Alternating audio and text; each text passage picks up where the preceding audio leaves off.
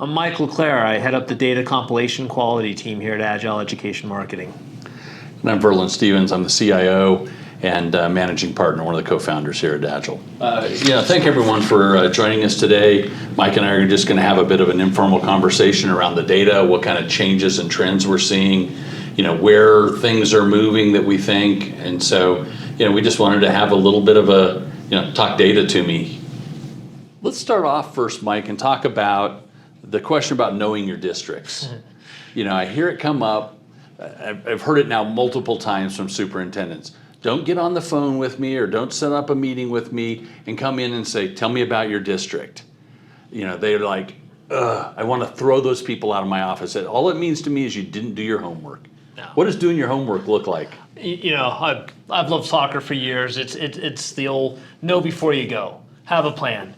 You have to understand what they're up against. Have they experienced learning loss? Have they experienced learning gains? What's their funding like? What's their turn in personnel?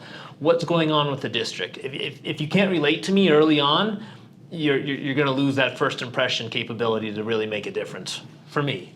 I think the other thing, there's two other pieces I think really come into that. One is the district strategic plans. Most significant districts have a strategic plan in place, and they really want to look for alignment. Yeah. So what you're in here talking about, does that align with the strategic plan? If it does, and you can link those two together, that's a huge advantage. Yep. The other thing we heard very much was around efficacy. So with the influx of ESSER money, there was a lot of money, I'll call it the spaghetti model. Throw it against the wall, see what sticks. Well, they're trying to figure out now what sticks. Yeah. So what has worked, what hasn't worked, how do we pare this back down to the essential and really focus on what's working and throw out the stuff that isn't? Well, it's the evolution of the district plan like we're seeing. It used to have a lot of different strategic initiatives, and like you said, they're really figuring out, no, these are the ones that impact the students in the most efficient way. And understanding that before you reach out to them, really important. Yeah, and so knowing the district that you're talking to, either in your marketing messaging or in your sales interactions, is just super critical. Yeah. You've got to know who you're talking to. That this universe is not just about the contacts, it's about the context. Yeah. Who is this? Who am I talking to? What's their size? What are their challenges? What other products do they have? That all goes into this. It's a relatively small universe that talks a lot. You have to make your message relatable. Yes. If it's not relatable to them, if it doesn't help them out, you didn't do your homework. Yeah.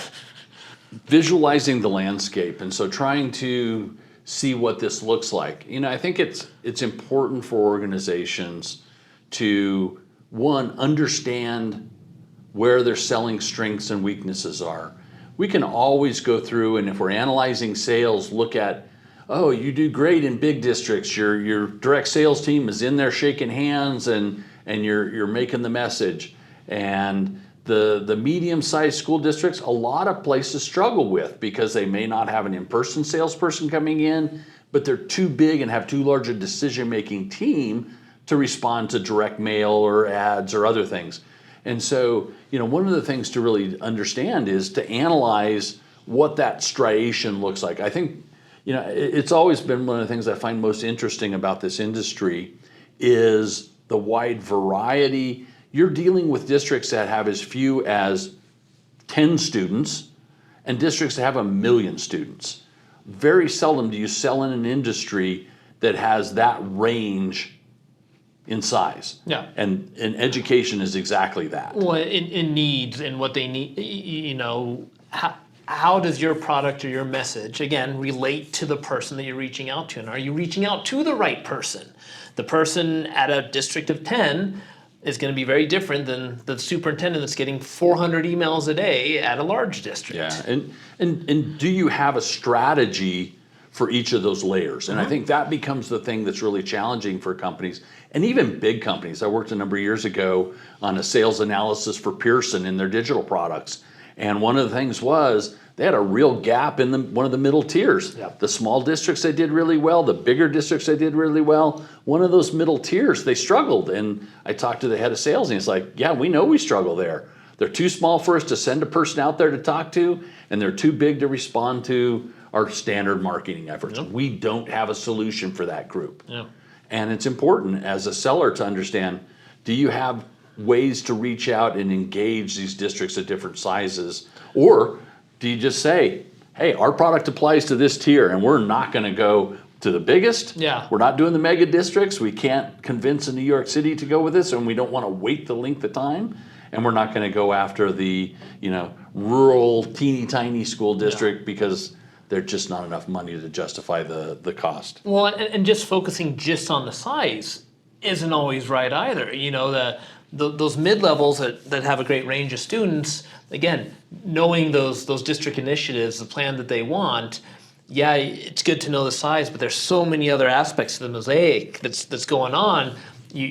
It's not just good enough to say these are the size districts. It's, well, these also are struggling in math, or these are struggling in ELA, or these are having significant funding cuts because of population, Shifts. movement. Yeah. And it's, there's that starting part, and then again, you got to know the audience. Yeah, there's no one size fits all Nope. by any means, or one size fits 3 or 4. Yeah. It is very tailored towards the size and needs of the individual districts. Yeah.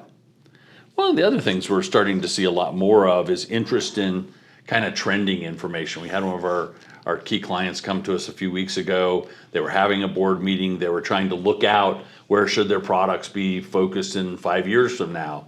And they had an interesting question around shifting enrollments. And were we seeing a shift in enrollments between public schools and private schools? And we hadn't looked at the trend over the last 5 years, and we did, and there has been some, and there was certainly a peak up during the pandemic when lots of public schools were closed and people were trying to figure out how they could work and whatever else, and ended up with a boost there. It normalized a little bit, but over the last 5, we've certainly seen an increase in enrollment in private schools and a general decline in publics. They don't 100% match up. That for every 100,000 drop in public, we saw about 50,000 increase in private, Yeah. and the others kind of evaporated. Yeah. And we know there's a significant homeschool market. The micro schools. The micro schools, there's still a continuing thing there. They're super hard to track and identify and know what's there. And we've also just seen general, depends on your area of the country or whatever, declines in population. Well, again, migration out of certain states into other states, for numerous different reasons. But Yeah. there are states that Georgia's had a big increase in number of schools have. and students, and everybody kind of thinks, well, maybe Florida or maybe Texas, but Georgia's had a really big increase. And looking at those enrollment trends is kind of fun because it's not where we're at, it's where we're going, and it helps you plan. And it's interesting you picked Georgia because I recently heard an assistant super talking about a district in Georgia outside the Atlanta area, and they had literally 2 years ago opened a new high school with an AI focus. And I'm thinking, wow.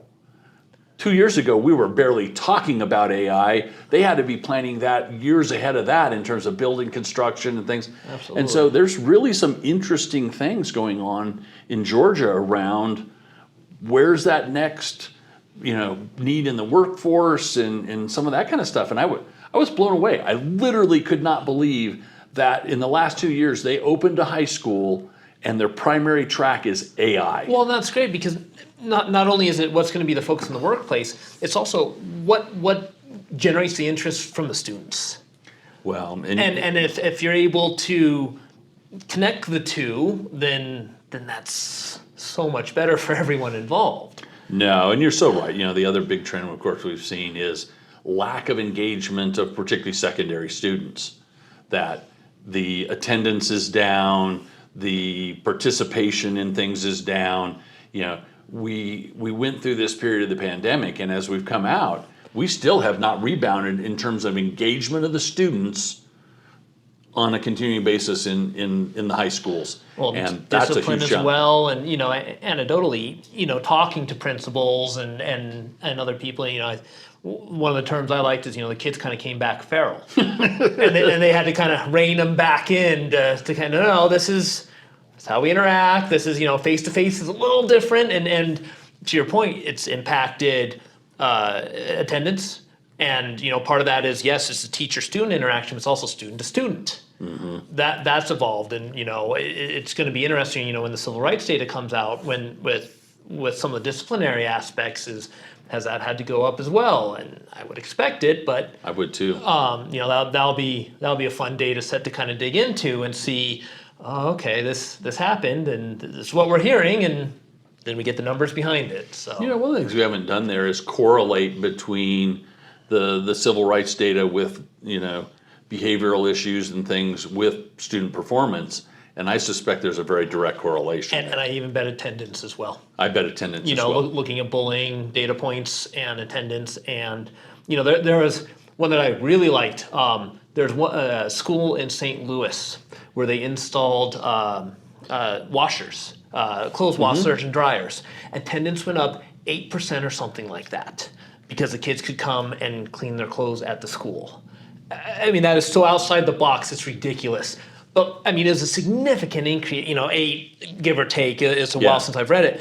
But it was a significant uptick by providing the opportunity to wash your clothes at school. That's crazy. Yeah. And thinking outside the box is kind of fun for that stuff. And of course, we've got a number of states have gone to universal child nutrition and things like that where, they're feeding. I saw an article this morning about what they're already planning to do for over the summer, that they've got so many students that are on their food programs, and they anticipate that there'll be a severe hunger issue come summer that's just not going to be addressed. Well, and it's great that, states as a whole are really tackling this. Massachusetts, Colorado, they're making lunches free for everybody. But again, how do you carry that into the summer?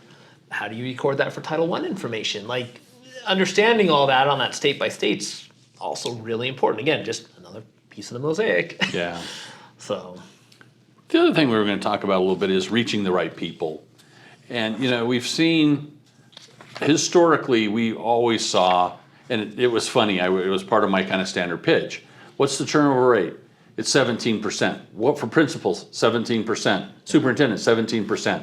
It always came back down to that number. Teachers, principals, supers, it's 17%. It had. It had. In general, we've certainly seen a significant uptick. I just ran the numbers over the last 5 school years, and superintendent turnover for last school year was almost 22%. Principal turnover, and that includes moving between buildings, a new assignment, was almost 24.5%. So, we're way up over that 17%, significant churn. The other thing that was really interesting is I looked at the change by week. So traditionally, superintendents served through the school year, so their contract ran through June 30. July 1 was renewal. They were either renewed or they weren't, and the new super was brought in. Yep. Yada, yada. Summer turnover, like clockwork. Pretty methodical. Pretty methodical. And that just isn't the case anymore. I went back and looked at the data, and of the last 18 months, we had only 3 weeks where we didn't record a superintendent change.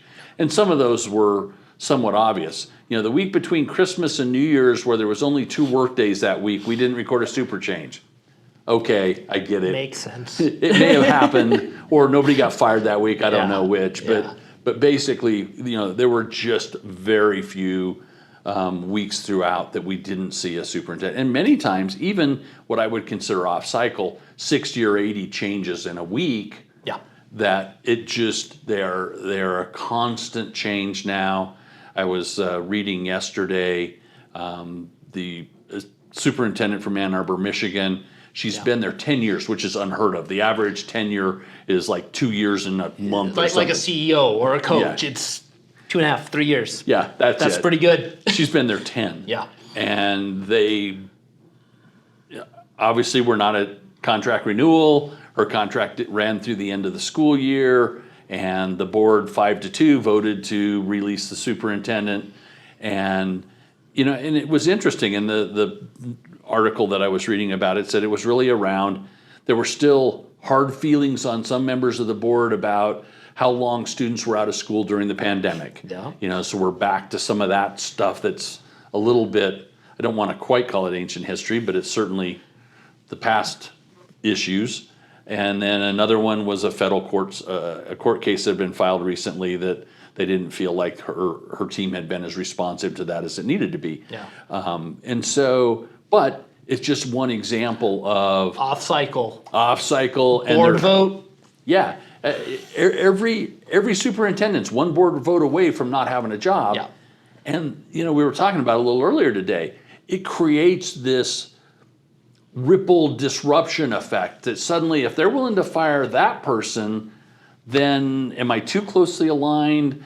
Where does that leave me? Is this unstable now? We're changing of leadership, so I need to be out looking for a job. And we see that. We see this ripple effect through other staff at the district that is, comes after that. It isn't immediate, but it isn't that far out before suddenly you make people nervous. The education universe isn't any different than, unfortunately, any other business aspect. It's, new leadership comes in depending on what they see. Sometimes they bring in people that are more closely aligned with their approach.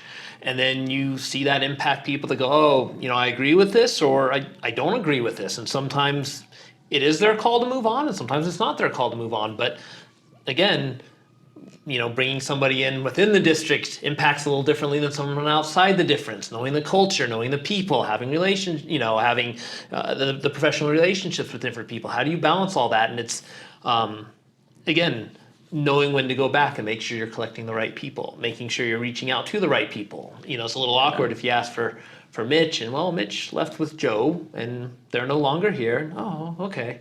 Making sure you get the right person is important, and understanding when you kind of see those people being brought in, it's important.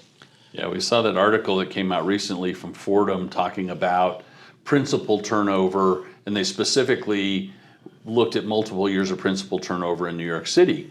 And it was really interesting, and again, not unexpected, but a lot of human nature wrapped in that. But one of the things was that you had principal turnover, student performance dropped. Yep. And it goes a little contrary, because there used to be this thinking that anytime you make a change, shake it up. You turn up the lights in the factory and people work better. You turn down the lights, people work better. The change somehow made a positive impact. That's not true in this case, for sure. The data does not support that they certainly saw that dip. The other thing, of course, that was interesting is you didn't see an immediate turnover in teachers, but you saw it a year later. That I thought was, we had an idea, you hear it all the time. New leadership gets that chance, and sometimes you're aligned and sometimes you're not. And after that initial window is when a lot of that churn happened. Was not immediate.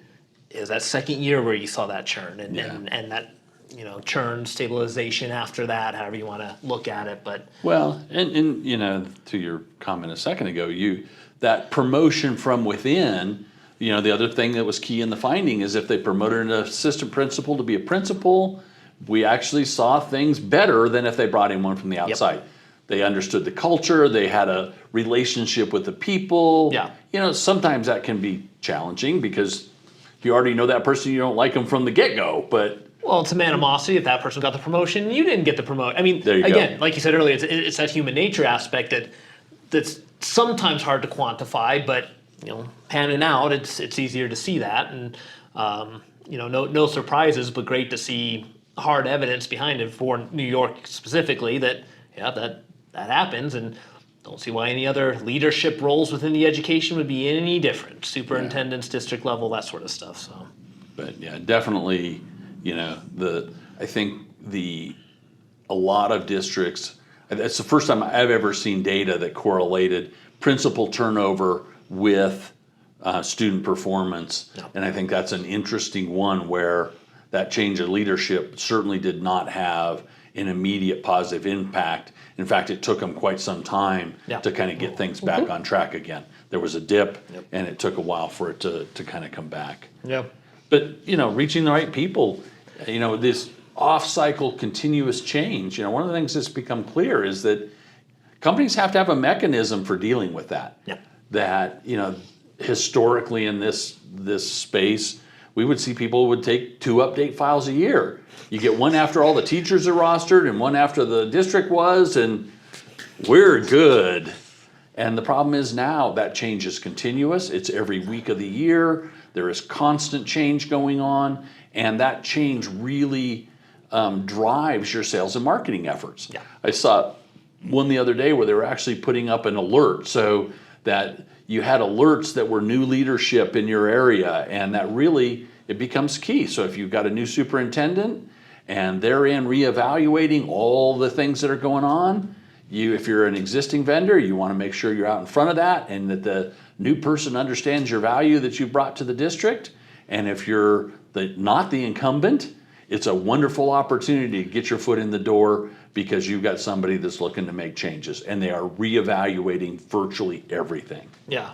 Well, and back to your point about, making sure you're reaching out to the right people, that churn in leadership, that's going to impact things, and just timing overall, it used to be 17% for everybody, and that's evolved as well. But, we're getting hundreds of thousands of updates every single week. And that twice a year update model, I just don't understand it. Yeah. I mean, every single week, hundreds of thousands of re-verified roles, new roles, people that don't have the same role anymore, new emails, domain changes, and once a week sure seems to make a lot more sense to me. Yeah, no doubt that being on top of that data, and then you can actually drive actions off of it. Yeah. They can, you've got a new superintendent, and they can be put in the new prospect stream of your marketing efforts, and they're there versus the last one would have been, hey, they've been a long-time customer. So, I've been working on 10 years in Ann Arbor. Yeah. I know how that one works. Oh, somebody new, the same message isn't going to appeal and interact and drive that communication that you probably had with an established relationship. Messaging has to be different. Yeah. And I think that's one of the real key aspects here is that really, and part of it that goes along with it is the sophistication of the marketing automation systems. Yeah. That ability to slice and dice up and have multiple streams running, and the new super stream and the existing customer and the prospect can all be running simultaneously, and that's kind of the norm in corporate marketing these days. Well, that integration and making sure you're not processing a file twice a year and it's just rolling in, how does that not help? Yeah, absolutely. So let's talk a little bit about some of our premium data sets. I know the one that you want to talk about all the time is school and student performance. And I think that one's always interesting to me, and we've talked about it a few times here, particularly around correlations with other, are we going to see correlations around bullying? Are we going to see correlations around staff turnover? What are the other things that are driving this? And I think it all in all is really interesting information, but I think sometimes it's even much more basic than that. Well, we've been collecting performance data since AYP, and then we did the ESEA waivers, and then we've done it ever since they started tracking performance. We've followed it, and what's the most interesting about this new one is the dust has kind of settled a little bit for ESSA. They're not trying to do all their own things anymore. There's more that are doing ACT Aspire, Smarter Balance, and stuff like that. So we're really getting a chance to start comparing year-over-year data points, which is really nice for crafting the right message. The thing that I also like about the data is it's a state-by-state collection. Where it may be tricky to exactly relate from New York to Montana to North Dakota, you can still paint a picture within that state because that's how it's being reported. The test in South Dakota is going to be different than the test in Massachusetts, but I can still tell you how many kids that state deems proficient in language arts, or ELA, or math, or grade level, stuff like that. And it's so many district plans align with increasing scores. I'm not saying tests are the best way to judge the effectiveness of I'm not going down that road because I don't agree with it, but it is impactful from the standpoint seeing those scores go up. It helps quite literally every aspect, Yeah. whether it's social economical, whether it's the schools standing within the state, the stress associated with it for the teachers. For me, I depends on the setup, on the quality. If you're freaked out that you're going to lose your job because the kids aren't testing right, like that's going to mess with you. There's that human element. Yeah. But again, going through all the states, having the years of experience, it helps paint a picture of a lot of the pain points or like points you're proud of. We saw schools pre-COVID that were really struggling in, ELA or math. And during COVID, their scores went up. I remember you talking about that. I reached out to a school in Texas, and I said, what happened? Like 70, 80% of the schools in the U.S. are down, like more than 5%. Like, is a significant, and it makes perfect sense.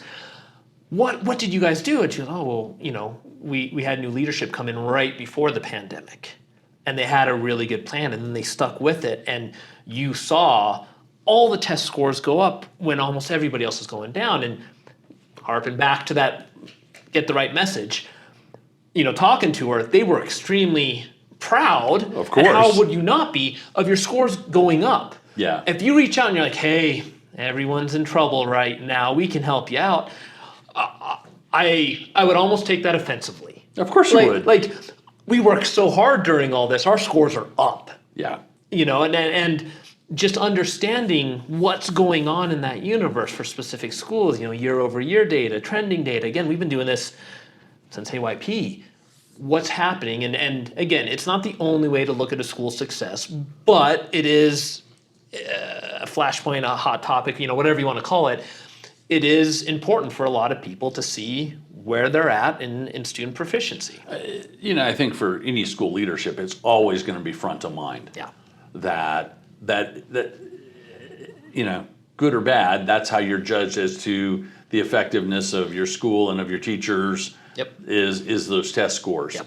And I think particularly being able to see what are the test scores for this school compared to the district, Yep. compared to the state. Yep. And so you really get an idea of, are they outperforming state performance? Are they on par with other schools in the district? Are they bottom 10% of schools in that district? Yeah. Those ones that are at the bottom, they got a very different problem than those guys that are blowing it out compared to everybody else in the district. Well, again, talking to schools that were experiencing that, we've done case studies where we're looking at schools in Denver. And on paper, they look identical, created in the late 60s, similar student enrollments, teacher counts, all that. One was really struggling, and we were talking about the pain points for them. And talking to the principal, he's like, well, a lot of these kids don't know where their other meals are coming from. There's no way they have Wi-Fi. They're getting woken up with gunshots in the middle of the night. And then my coworkers, my teachers, they're talking about, repurposing the school, if certain criteria is not being met. The stress, there's so much that these people were dealing with and not being able to provide solutions. You're coming in, again, with the wrong message, that it just goes away. Yeah. And the flip side was another school that was doing very, very well. And we were asking what the pain points were there. And again, I mentioned, I like soccer, I've been coaching for years, and, most parents are great. But one of the pain points was the parents reaching out to the teachers so much about different scores that it was actually a detriment to the teacher's ability to help plan lessons and work together with stuff. And, again, understanding those pain points is important. And that ESSA data kind of helps paint that a little bit. Yeah, it does. So, yeah. Some are focused on just making sure kids got a meal the next day, and others are trying to manage the expectations of hovering parents. Yeah, exactly. And those two are different. Yes, they are. So, and then, with the new stuff, the normalization across the states from the feds, looking at the ATSI, CSI, kind of that overall, how's the school doing? Do they get additional funds? How's that work? That's kind of nice to kind of help normalize that bottom 5-10%, depending on how you look at it, across the U.S. Coming from the Fed saying, yeah, we want this to recognize the lower schools. Yeah. As you'd expect, there are pockets where there's higher turnover than others. There were some you could obviously see where major interstates intersect. Yep. Guess what? There was higher turnover. They're Yep. like big dots around more every- districts, more like, population. it's just, population density comes into it. Yeah. And to your point though, that's also not always indicative of the change. Looking at the North U.S., you saw on the map, it doesn't look like there's a whole lot of changes. But because the districts are bigger geographically, well, you're not going to see the same kind of explosion looking at the map where they still experience a very similar churn, what, 22, 24% for leadership. And it just looks different because of the way it's spread out in different The way it's areas. structured too, I looked very specifically. It looked like when you look at the map, you're like, oh, there was hardly any turnover in Nevada or Florida. And you go back and you go, oh yeah, they have county-based districts. There's not that many counties. Yep. And guess what? Yep. They're still at about that 22% Yep. rate. It just geographically didn't look interesting Well, then- versus the New York City area, and there's a bazillion little school districts And this in and- New York, New Jersey, that whole area there. Well, even Texas, like with Yeah. their thousands of different school 1,500, districts. 1,500 school Yeah, districts in Texas. So, And so, I didn't find anything kind of geographically that really stood out. And I'm sure if we dug in and we looked at, was rural Kansas better or whatever? Yeah. I'm sure there's some variation there, but there was super changes everywhere. Yeah. There were dots on the map in every state. Yep. There was multiples. It really, nobody is immune from this current kind of churn. well, and again, looking at the states really helped kind of paint the picture because every state gets to kind of set up their own way, and knowing that Florida has a limited amount of districts, it still looks about, again, that 20 some odd percent. Yep, that's painting the picture still. Where, places, New York State and some of the other New England, every little town had a school district. And so, there are just hundreds and hundreds of districts, literally right next door to each other. And so, geographically, there wasn't any real standouts there. Yeah. The other thing I think that's been interesting is listening to the discussion around ESSER funds and things there. So, about 80% of districts are reporting that they've either spent or have pre-allocated their ESSER funds. So that's starting to come to an end. Well, and a lot of them were based on you have to spend it by this time, and use it or lose it. People want to use it. Yeah, nobody, very few people want to leave money laying on the table. Yeah. That when somebody hands you a stack of dollar bills, you're gonna try and spend it. Yep. And it was interesting. There was a lot of, I'll call it, spaghetti methodology where a lot of things were bought and tried and let's see what sticks. And now they're in the heavy evaluation stage. So there's a lot of districts are going back and really trying to understand, where did we really see the efficacy?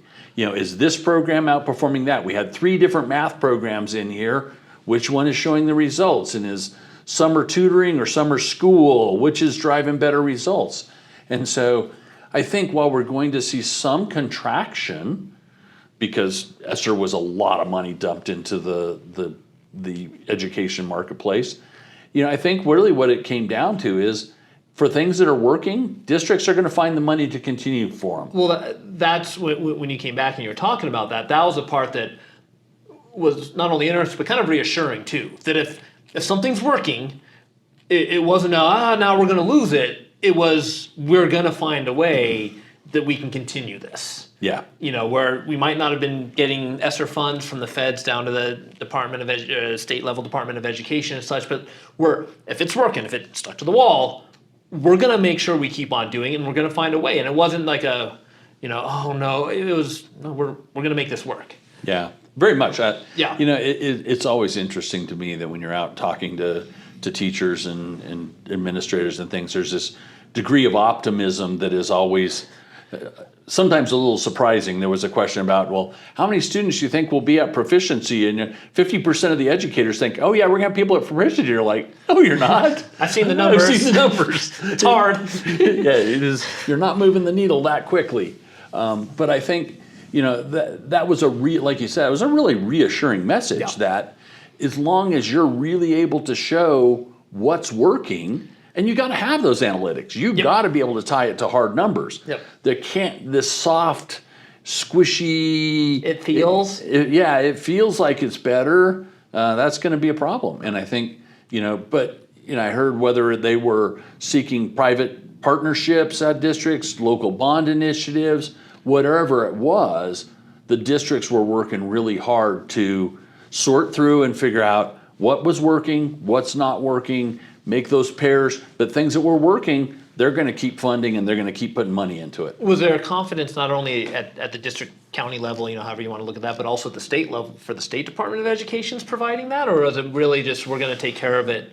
I think some of both. Yeah. If we look here at Colorado, that the proposed Colorado has run for years what they call the negative factor.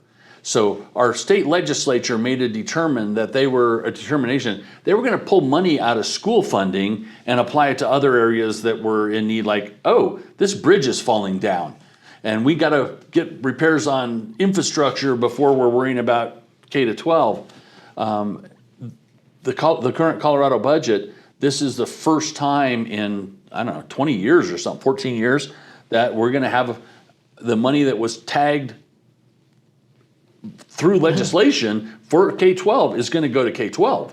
And so we're not going to have this negative factor. And so I think that's, while it's an isolated, Colorado, what's happening there, But I you think see it's happening in other places too. You see it in Florida too. Yeah. Taking it on themselves to say we're going to provide a certain level of I don't know how you want to phrase it, but we're going to handle a little bit more than just taking the federal money. We're going to also handle it at the state, county, level as well. So is what it seems like happening. But again, it's hard to. And we've been through a general period of good economic gains, and so while there's been inflation along with it, property tax valuations are way up. Colorado is one of the states that the property tax valuation is way up. How do you like that, Bill, when you got it? That was nice. Yeah.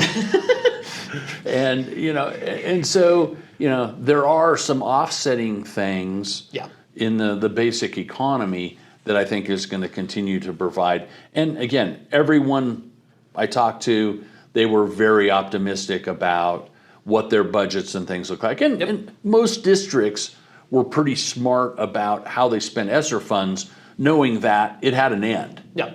And there's still a lot of optimism around the feds coming back with more education funding. Yeah. We'll see. I'm not always an optimist on that one. There's a lot of moving parts for that. There is a lot of moving parts for that.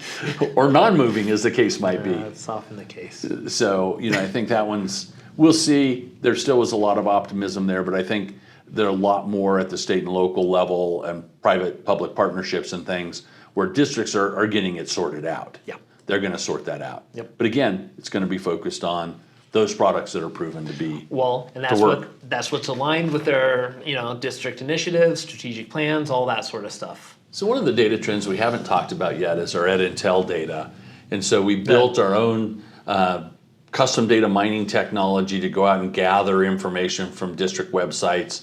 And we're always finding interesting things there, and we're expanding the categories. I think initially we had 9, we're up to 13. Like learning management systems, security, stuff like that, and it just keeps on expanding. It keeps on expanding. And, we picked up a lot around social emotional learning and, what districts are talking about it and who has anti-bullying policies and, those type of things. The latest one I'm looking at is AI. And it's really kind of interesting that, one of the things that there was a discussion around was, can we determine sentiment there?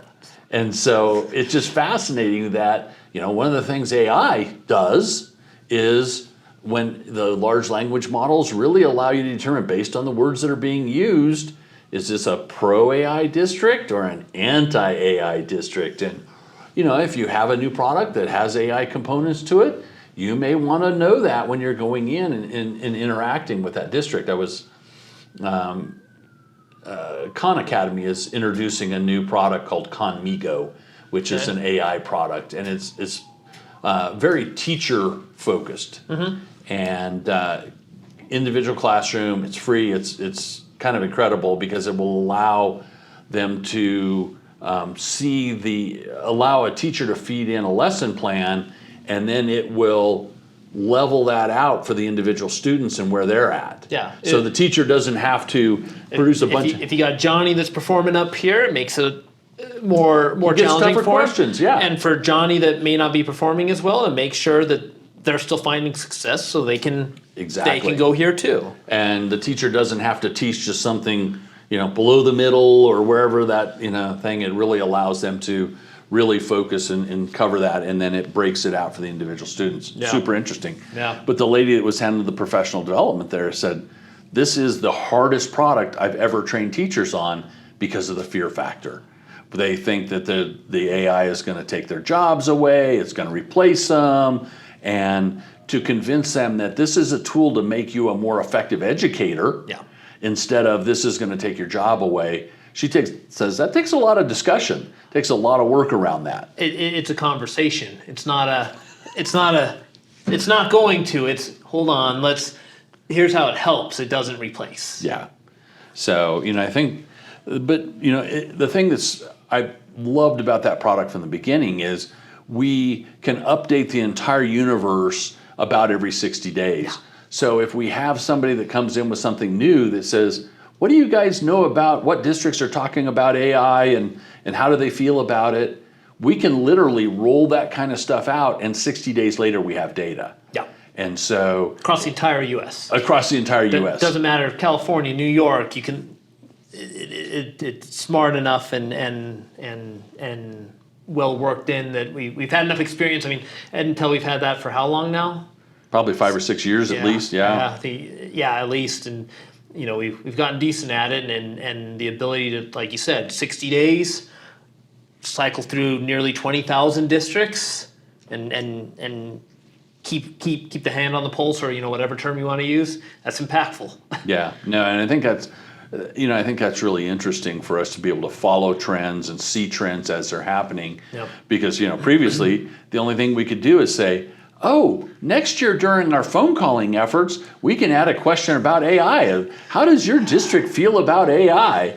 And and it's super expensive. Every time we add a question is $1 an institution. So if we're calling districts and we've got 20,000 of them, it's at least $20,000 to add that one question. Well, and it's just difficult anymore to call. Well, there's that, but also you're so dependent on the person answering the phone.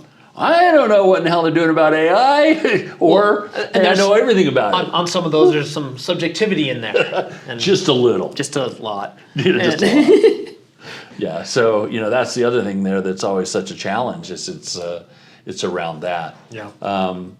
Other thing, things around I see a note here about first and second year teachers, identifying where people are at in their profession, and are they looking for professional development? Are they looking for master's degree? Are they 5 years in and they've got to get to that next pay level, and so the master's degree becomes important. And so knowing and tracking that history of people becomes real important, and understanding, who, not only the districts and things, but then down to the person.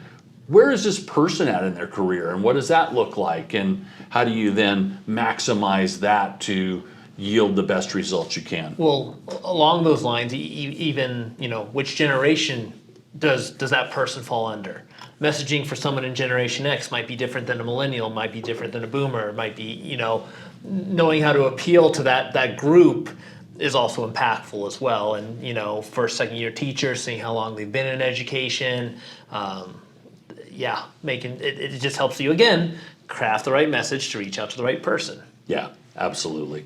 So all of that information becomes valuable when you're really trying to do it. And and I think ultimately you're looking for engagement rates, whether it's on email, and that drives whether you get inbox placement or not, or whether you're going out via one of the social digital advertising channels where it's about ROI.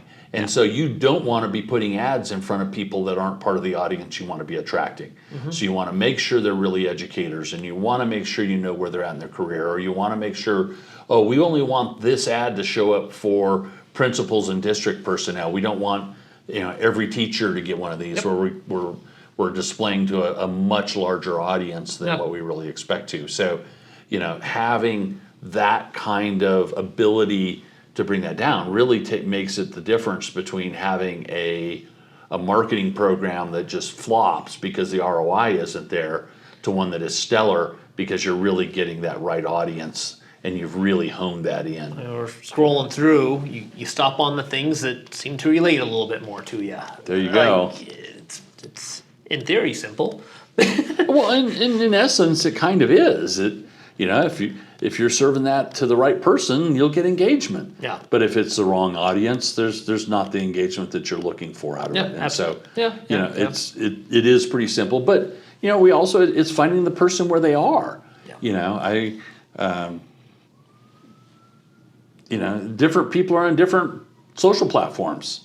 I'm kind of a Facebook person. I fit their demographic. I was going to say we're a little older. We're going to be a little more Facebook.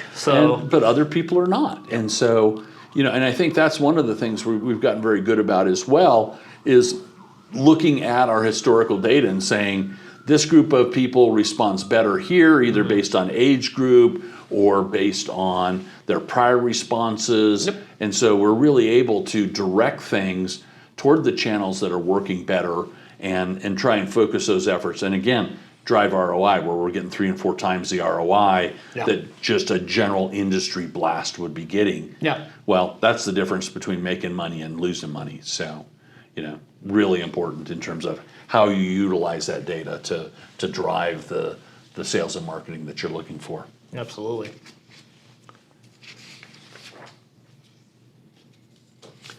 And that was the piece on our last one is send the right message with precision marketing.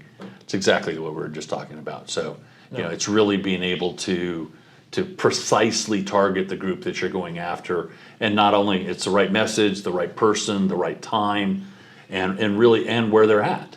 That's become the other thing that's become different over what it was a number of years ago when you could just blast out emails to that group. Yeah. There's so much blocking of email content these days that I think you really are, a lot more of your effort has to be in the multi-channel area. And that's just a lot more complex where you've got 6 or 8 channels and trying to determine, well, this teacher's on Pinterest and this teacher spends their time on Facebook and this teacher is on Instagram, and we want to make sure we're putting the ads where the right people are going to see them. Yeah. Yeah. Taking all this data that's out there and turning it into a story, making sure it's, it touches base with them, it hits home, whatever you want to call it. Yeah. There's enough data out there that you can craft it, you can make it right. So. But it's always been a dynamic environment, but I think the rate of change has accelerated considerably.